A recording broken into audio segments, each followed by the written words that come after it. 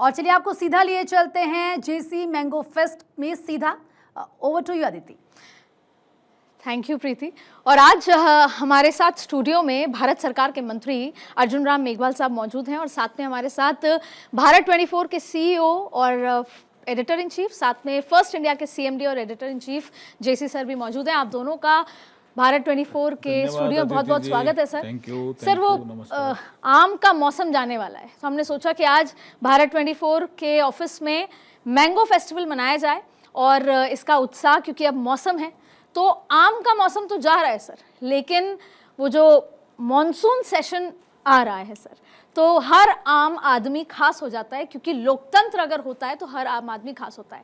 तो आज हम बहुत सारी चर्चाओं पे बात करेंगे, लेकिन सबसे पहले तो सर आम पे आपसे अभी पूछा सर, तो आम को लेकर आपकी कोई ऐसी याददाश्त, आपकी माता जी को लेकर, बचपन को लेकर, ऐसा कुछ खास चीज़ आपको याद हो, कोई स्मृति आपको याद हो?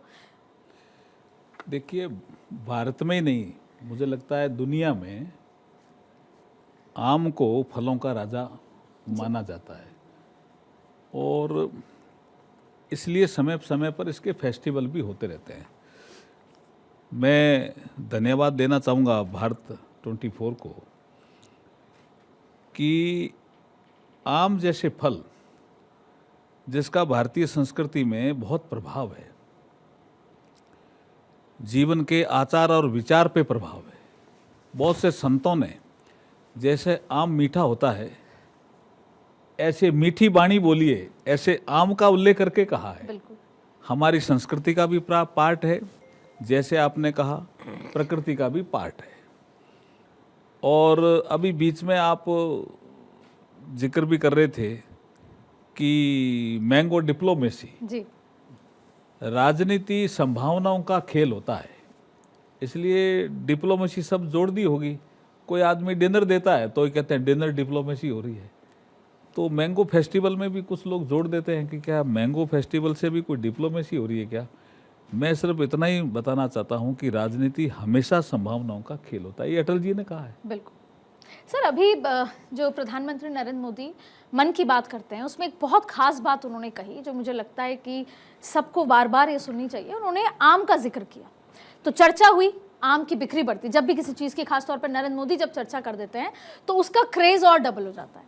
लेकिन जब उन्होंने आम पर मन की बात कही तो उन्होंने कहा कि आम के जो किसान हैं वो सिर्फ कृषि उत्पाद के लिए नहीं है, वो देश की अर्थव्यवस्था में दुगना चौगना चांद लगा सकते हैं। तो सर, जो हम पूरी दुनिया में, जैसे एक तो डिप्लोमेसी का जिक्र किया आपने, बांग्लादेश से आम आए, पाकिस्तान से हमारे आम आए, कैसे भी संबंध हो, आम ने उन्हें संबंधों को ठीक करा। तो सर, प्रधानमंत्री मोदी की कही हुई ये बात कि अर्थव्यवस्था में आम का योगदान है, वो कैसे देखते हैं? देखिए, उन्होंने जिक्र करते हुए कहा था कि भारत का कोई ऐसा क्षेत्र नहीं है जी, जहां आम का उत्पादन नहीं होता है और आम की अच्छी वैरायटी, एब्सोल्युटली, और हर उस लोकेलिटी में रहने वाला सोचता है कि मेरी आम की वैरायटी का बहुत महत्व है। इसलिए आम जब भी किसी के घर जाता है तो वातावरण एकदम सुखद वातावरण कर देता है। आम की अगर कहीं भी टोकरी आती है या कोई सह सामान भेंट करता है तो उस जगह का वातावरण पॉजिटिव हो जाता है। इस आम में खासियत है, पॉजिटिविटी फैलाने की भी इसमें ताकत है। अगर आम की जो संस्कृति हमारी है उसके तहत अगर हम आम को उत्पादन में भी और हम लेन देन में भी और इसका प्रचार प्रसार करेंगे तो हमारी इकोनॉमी की साइज बढ़ेगी, ऐसा प्रधानमंत्री जी कह रहे हैं। जी बिल्कुल सर। जैसे सर, आप का तो दिल बच्चा हो जाता है। मैंने कई बार देखा कि एक तो चैनल खबर को लेकर कि खबर ही जीवन है, उनका हमेशा से मूल मंत्र रहा है, लेकिन अगर बात खाने पे आती है, फलों पे आती है, तो आम के बारे में सोचते हैं, आपके चेहरे पे जो मुस्कुराहट आती है, तो सर के घर पे भी मैंने सुना सर आपके पेड़ हैं और जेसी मैंगोज करके मैंगोज भी कई बार आप डिप्लोमेसी के तौर पर सर, तो वो डिप्लोमेसी है या आपका मन करता है कि सब आम खाएं? ये जो चेहरे पे आपके अभी भी जो खुशी है सर, उसको समझना चाहेंगे सर, आम और आपका संबंध समझना चाहेंगे sir. You are absolutely right. मैं कभी अपने बालक मन को मरने नहीं देता। Very good. इसलिए आम को उठाना, उसको देसी स्टाइल में खाना, सड़क पे खड़े होकर गोलगप्पे खा जाना, मिठाई की दुकान से कार रोक के लड्डू लेके बीकानेर जा रहे हैं तो खा लेना, दो पूड़ी खाना, बालक मन नहीं मरना चाहिए, जीवन में उत्साह को बना के रखता है। जहाँ तक आम का सवाल है, आम से मेरा संबंध 15 वर्षों से तो खासकर है। पहले ईटीवी चलाते थे 10 साल तक, ईटीवी यूपी चलाते थे। तो वहाँ पे क्या मलियाबाद एक जगह है 50 किलोमीटर लखनऊ से, वहाँ को 100-150 किस्म के आम होते हैं। तो हर साल मैं वहाँ जाता था, 10 साल जाता रहा वहाँ।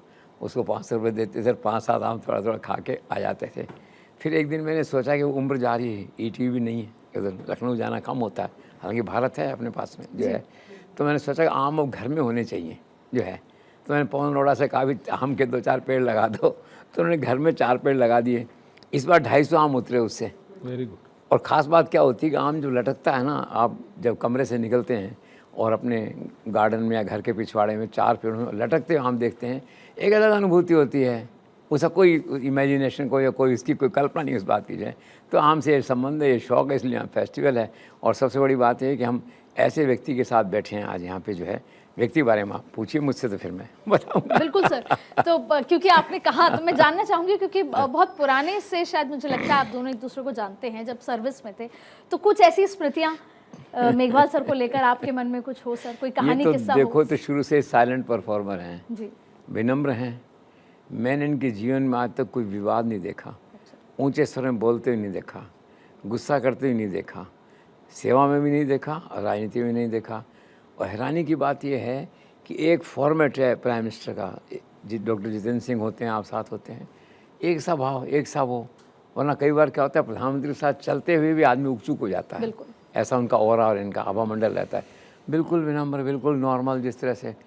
तो मैं ये कहता हूँ कि one of the best minister इसलिए कहता हूँ इनको, हर दृष्टिकोण से ठहरे हुए व्यक्ति, बात करो बात का उत्तर मिलेगा।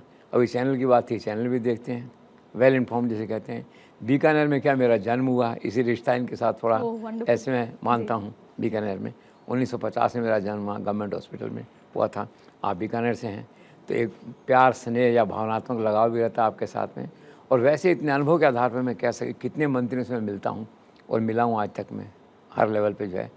तो वन ऑफ द बेस्ट ठहरे हुए बैलेंस और स्थायी मंत्री है ना कोई, वो Arjun Meghwal. Thank you. Sir कभी आपने ये जैसे डिनर डिप्लोमेसी होती है, तो मैंगो डिप्लोमेसी आपने की है कि कोई मामला इधर उधर है, चलिए मैंगो भेज देते हैं, मामला ठीक हो जाएगा। कभी आपके चाहे राजनीतिक कार्यकाल में चाहे सर्विस के कार्यकाल में आपने कभी मैंगो डिप्लोमेसी की है सर? देखिए, सर्विस हो चाहे राजनीति हो, ये मैंगो डिप्लोमेसी शब्द ठीक है, इजाद कर लिया। इसमें डिप्लोमेसी जैसी कोई चीज नहीं है, इसमें हैप्पीनेस आती है। मैंगो अगर आप देखते हैं तो जैसे आपने बताया ना कि मेरे घर के बाहर अब खा नहीं रहे थे, देख रहने से हैप्पीनेस आती है, तो खाने से तो मन प्रसन्न होता ही है ना। तो जिस फल में प्रसन्नता के भाव सबसे ज्यादा हो, उसका आदान प्रदान भी होता है, हमारी संस्कृति का पार्ट है। प्रसन्नता, हैप्पीनेस, एक दूसरे को हम एक्सचेंज करते हैं। एक बहुत खास बात सर मेरे दिमाग में आई, मैं पूछना चाहती हूँ, और अभी सर ने कहा कि आपको गुस्सा नहीं आता, तो उसका लीवरेज लेते हुए पूछना चाहती हूँ कि सर राजनीति में और आम में एक समानता है कि दोनों का जब मौसम आता है तो उसकी खूबी पता चलती है। राजनीति में कोई भी व्यक्ति जब इलेक्ट होके आता है, जब टेस्टिंग पीरियड आता है, मौसम आता है कि कहाँ पे फायदा दिख रहा है, तब उसकी असली विचारधारा पता चलती है। तो मेरे पूछने के संदर्भ ये है कि आप बड़े लंबे समय से संसदीय कार्य मंत्री हैं, राजनीति देखी, ये जो दल बदल जो देखने को मिल रही है, कितना सही लगता है सर आपको? ये होना चाहिए, नहीं होना चाहिए? इस पे कोई नया कानून, क्योंकि आप लॉ मिनिस्टर भी हैं, बनना चाहिए? ये जो आंकड़ों का खेल है, इसको कैसे देखते हैं? देखिए, एक जमाना था जब हमारे संविधान निर्माता संविधान बना रहे थे, तब इस पे इस तरह की कल्पना नहीं की गई थी, ना ऐसा सोच आया था। एक आयाराम गयाराम करके विषय चला हरियाणा में, तब सोचा गया अमेंडमेंट आना चाहिए, तो एंटी डिफेक्शन लॉ आया, 10th शेड्यूल्ड संविधान में जुड़ा। उसमें पहले 1/3 का प्रावधान था, फिर पता चला 1/3 से भी पार नहीं पड़ रही है, थोड़ा प्रावधान कड़ा करो, 2/3 करा। अब 2/3 आदमी अगर किसी दल के कहते हैं कि हम असली दल हैं, तो हम उसको दबा तो नहीं सकते ना। 2/3 आदमी संख्या बड़ी है ना।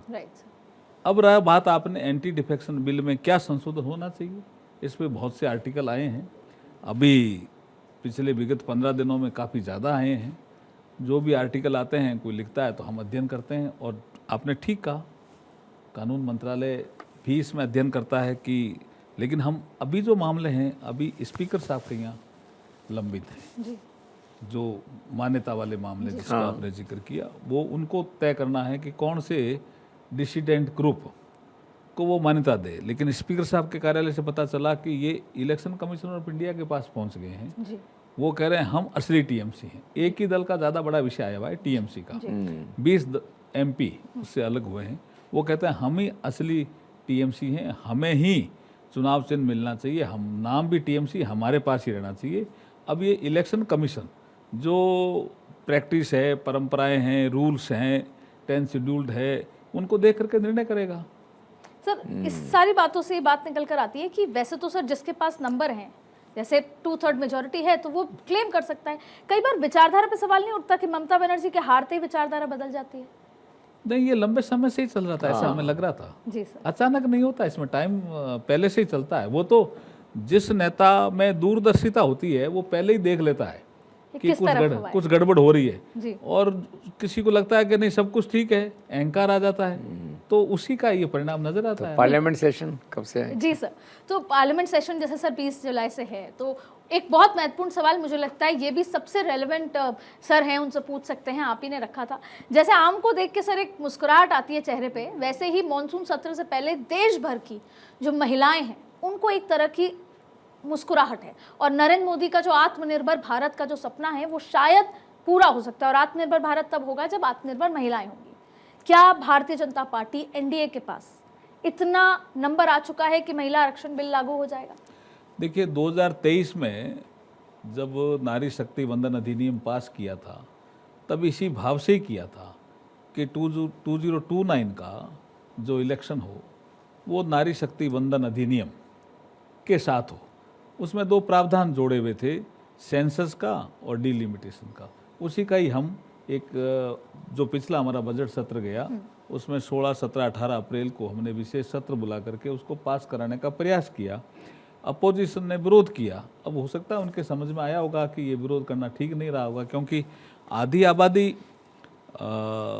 नारी शक्ति को रिप्रेजेंट करती है, और अगर हम 10%, 11% महिलाओं का रिप्रेजेंटेशन ही है लोकसभा में, इसको कैसे बढ़ाएंगे?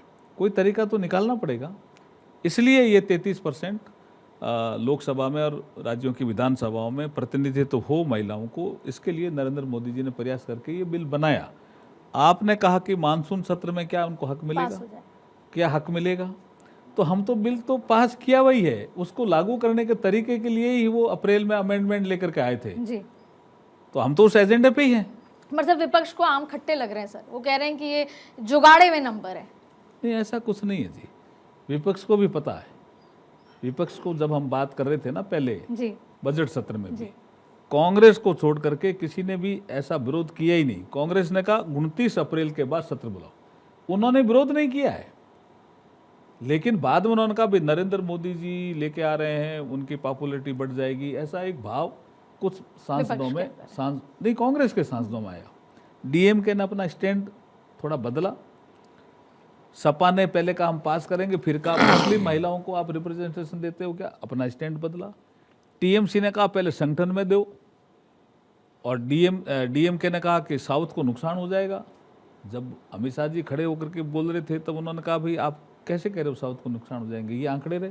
तो उन्होंने कहा इसको आप बिल में ले आओ। बोला आधे घंटे एडजन करो, हम बिल में ही लेकर के आ जाते हैं। तो कांग्रेस ने कहा कि नहीं डीलिमिटेशन भी अलग करो। बोला नहीं ये नहीं होगा, डीलिमिटेशन उसका पार्ट है। तो हम तो प्रयास में उस समय भी थे और आगे भी प्रयास में रहेंगे। तो जैसे सर की बात से तो ये बात समझ आई कि इस बार महिला बिल भी पास हो रहा है, डिलिमिटेशन भी, और डीएम के सॉफ्ट है, और सपा की तरफ से भी समर्थन या वॉकआउट मिल सकता है। मुझे आपकी बात से सर ये समझ में आया। एक मैं इस विषय से हट के दूसरी बात कह रहा हूँ। मैं हाई कोर्ट जाता हूँ जयपुर में, तो मिलना होता है सब लोगों से। तो देश भर की जुडिशरी में ये मैसेज है कि चूंकि he enjoys the total trust and confidence of Narendra Modi, Amit Shah, तो इनके कार्यकाल में जो पेंडिंग अपॉइंटमेंट थे जजेस के, सुप्रीम कोर्ट में थे, हाई कोर्ट में थे, उसमें अद्भुत स्पीड आई है, अद्भुत प्रगति हुई है। इस पर कुछ कहना चाहेंगे आप? हाँ, ये इस बात में दम है।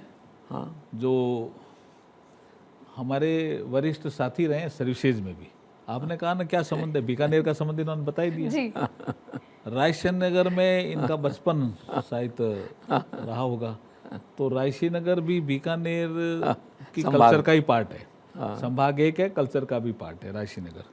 हम भी रायसेन नगर बहुत जाते आते रहते हैं, एक तो वो संबंध है ही। फिर हम जब एक बार कहीं झुंझुनू में पोस्टेड थे तो हमें अच्छी तरह से याद है, आपने छेड़ दिया इसलिए बता देते हैं। बोला बसें कौन कर सकता है, तो वहाँ एक विषय आया कि कातिल साहब कर सकते हैं। तब हमने पहली बार नाम सुना रैली में। रैली में। आप शायद आरटीओ थे जयपुर में।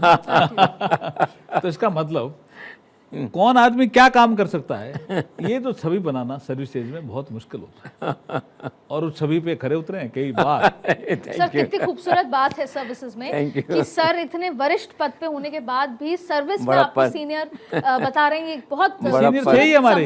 बड़प्पन। लेकिन एक विषय आया कि भी बसें कौन कर सकता है, तो आपका ही नाम लिया कि डिलीवरी कौन कर सकता है, ये डिलीवरी वाला विषय। बिल्कुल सर। और शायद हर खेमे में, हर कोने में जब हम जाते हैं तो ये सुनते हैं कि डिलीवरी चाहे चैनल में हो चाहे पहले सर्विसेज में हो, अगर कोई कर सकता है तो वो कातिल साहब है। हाँ, ये कर सकते हैं, ये कर सकते हैं। वो हाई कोर्ट का बता रहे थे, सुप्रीम कोर्ट का जजेस भर दिए सारे आपने। अभी डेयरी का और कह देता हूँ एक।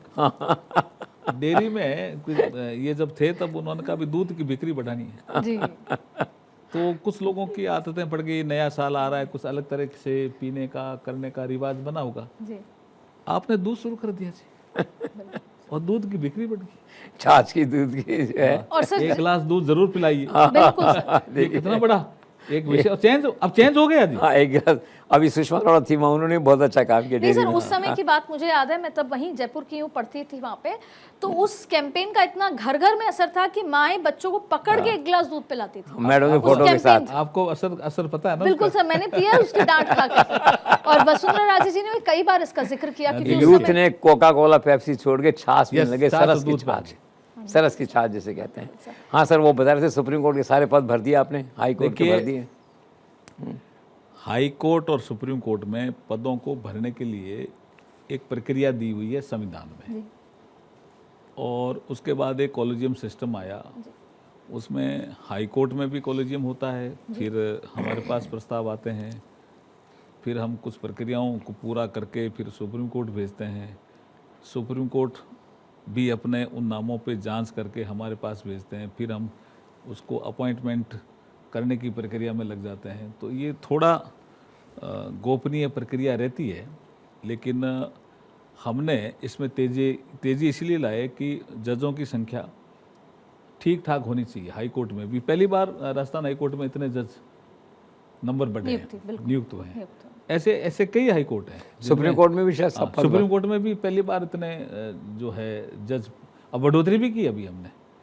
तो ये जो बढ़ोतरी करना और फिर भरना प्रक्रियाओं को, ठीक है, थोड़ी कॉम्प्लेक्स प्रक्रिया है, समय लगता है, कंसल्टेशन प्रोसेस भी थोड़ा इसमें रहता है, लेकिन हमारे प्रधानमंत्री जी का ये मत रहता है कि इन पदों पे भर्ती जो है शीघ्रता से हो जाए तो बेटर है। इस काम को कोऑर्डिनेशन काम के नाते जाना जाता है, बहुत कोऑर्डिनेशन करना। तो कोऑर्डिनेशन की प्रक्रिया करने का काम हमें दिया, हम अच्छी तरह से तो जैसे आपकी डिलीवरी का जिक्र होता है, शायद ये सारे काम भी एक डिलीवरी है कि कब से लंबित काम थे, और शायद नरेंद्र मोदी जी का भी के लिए भी डिलीवरी मैन उनको कहा जाता है। नहीं, सारे कोर्ट्स में जुडिशरी में वोट ऑफ एप्रिसिएशन आपके लिए है। एक तो एक्सेस इजी है, कोई वो नहीं है, बिल्कुल डिलीवरी है, ऊपर कोऑर्डिनेशन अच्छा है, तो ही deserves A high vote of appreciation in judicial sector. हमारे जुडिशरी में 3 महत्वपूर्ण एक कंपोनेंट माने जाते हैं। लिटिगेंट जो कोर्ट में जाते हैं किसी कारण से, एडवोकेट्स, तीसरे जजेस।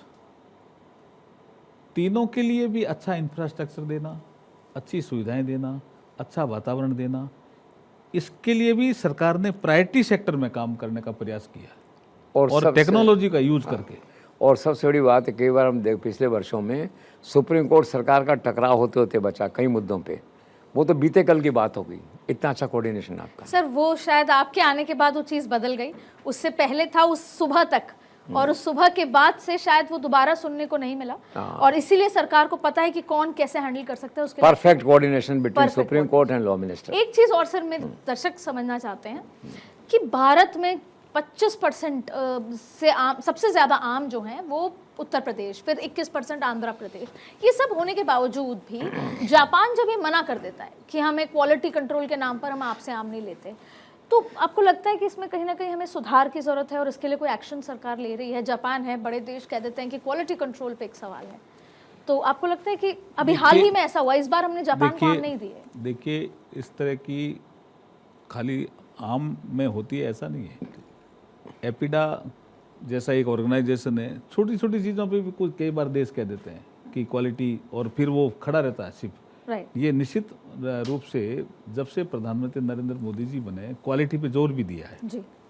क्वालिटी पे जोर भी दिया हर तरह की। और जब कोई चीज़ कोई मनुष्य खाता है तो क्वालिटी पे तो कॉम्प्रोमाइज़ कर ही नहीं सकते ना, करना भी नहीं चाहिए। और इस दिशा में हम आगे बढ़ रहे हैं। कोई देश ये नहीं कह सकते कि भारत से जो कोई सामान आया है वो ठीक नहीं आया। बिल्कुल सर। जैसे सर आप आम को लेकर बस ये समझना चाहती हूँ कि ये क्रेज आपका अभी हुआ या बचपन से भी आप आम बहुत खाते थे? बचपन से भी तो आपका लव फॉर मैंगो था? मतलब था, बाल्टी में लाके खाते थे गांव में। बाल्टी में हम निकालते, क्योंकि उस ठंडे समय पानी डालते थे, ठंडा करने का और कोई तरीका नहीं था और ना। खाते थे। और एक इंटरेस्टिंग किस्सा आम का सुनाऊँ आपको। नौकरी में थे जब मैं ट्रांसपोर्ट कमिश्नर था, तो राजस्थान हाउस में रुकते थे अपन जी। तो राजस्थान हाउस में दिल्ली में गया हुआ था मैं, हैं। तो जो कमरा मैंने खाली किया, उसके 15 मिनट बाद में उसमें पवन अरोड़ा एंटर हुए, उनको भी दिल्ली जाना था, ठीक है। तो अंदर गए वो, जैसे बाथरूम में गए तो बाथरूम बगल में एक आम ऐसे खाया हुआ छिलके के साथ में सब पड़ा हुआ था। तो उन्होंने कहा, कार्तिक साहब आए थे क्या? उन्होंने कहा हाँ। तो आम के साथ ऐसा सब होता है, ऐसी इमेज हो गई आम की। तो अभी भी आप ऐसे ही अभी ऐसे खाया सर अभी उसी तरह हमने योगी जी को भी खाते देखा। नितिन नवीन यूपी गए थे दौरे पे, एक शायद कौन सा वो अच्छा याद दिलाया, बचपन लौटा दो हाँ, कोई लौटा दे मेरे बीते हुए कल, यही ना? यही सर बट जितना मैं समझ पा रही हूँ सर, मुझे लगता है कि आप आम या अलग अलग माध्यम से अपना बचपन रोज जी रहे हैं। कारण क्या है कि दो बातें, स्वाद ही जीवन है और खबर ही जीवन है। Wonderful sir. जगजीत सिंह ने तो गाया भी है वो बचपन की कश्ती। बिल्कुल सर, क्योंकि लाइट मोमेंट है और हम रैप अप कर रहे हैं। बचपन की कश्ती, बचपन का ब्यूटीफुल सर, और लाइट मोमेंट है, हम रैप अप कर रहे हैं। मैं चाहती हूँ कि दर्शकों को आज जाने से पहले आप दोनों इस पूरे जीवन में आपने कोई एक मूल मंत्र सीखा हो सक्सेस का या बेहतर जीवन का, क्या होगा सर? देखिए, आदमी को एक तो विनम्र जीवन में होना चाहिए। आम भी हमें सिखाता है। आम जब पेड़ पे लगता है तो पेड़ नीचे झुक जाता है, तो विनम्र होना चाहिए। अगर किसी पद पे पहुंच गया तो भी विनम्र होना चाहिए, नहीं पहुंचा तो भी विनम्र होना चाहिए। और दूसरा, आम की तरह मीठा होना चाहिए उसका व्यवहार। सर आपकी तरफ से दो शब्द है कि hard work has no substitute, number 1। Number 2, buy peace at every cost, it is never expensive. Wonderful sir, thank you. और बहुत बहुत शुक्रिया आप दोनों का। और शायद ये जो गोल्डन शब्द आज हम लेकर वापस जा रहे हैं, अगर उसे जीवन में अपनाएं तो हम भी जीवन में बहुत कुछ आगे कर सकते हैं। सर आप दोनों का बहुत बहुत शुक्रिया जुड़ने के लिए। और सर बस जाते जाते मेरे बीकानेर के दर्शकों के लिए, आम के बाद भुजिया खाने का मन जरूर आपका कर रहा होगा सर। निश्चित रूप से कर रहा है। Thank you sir, thank you. Thank you sir, thank you.